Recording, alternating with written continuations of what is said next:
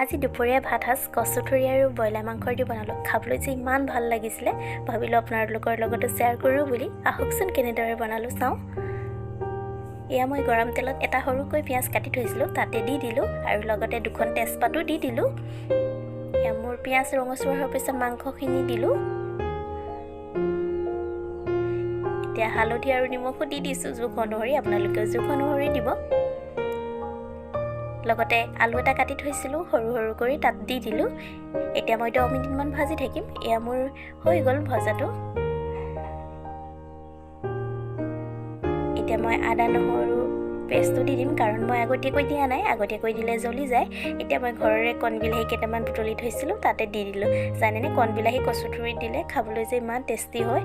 মই সেই কণবিলাহীকেইটাও দি দিলোঁ আৰু কচুখিনি এতিয়া দি দিলোঁ। কচুখিনি ৰঙচুৱা পৰাৰ কাৰণে বেয়া বুলি নাভাবিব, এইখিনি মই দুদিনৰ আগতে তুলি থোৱা আছিলে যে সেইকাৰণে ৰঙচুৱা পৰি গ'ল।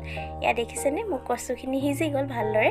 এতিয়া মই উতলাই থোৱা গৰম পানীখিনি দি দিলোঁ। আপোনালোকে উতলাই থোৱা পানীয়ে দিব, কুকাৰত দিলে উতলাই গৰম কৰা পানী নালাগে। এয়া এতিয়া মই মান ধনিয়া আৰু জালুক পিচি থৈছিলোঁ, জানেনে লাষ্টত দি দিলে যে গোন্ধটো ইমান ধুনীয়া হয়। মই সেইকাৰণে মান ধনিয়াখিনি খুন্দি থৈছিলোঁ লাষ্টত দিবলৈ।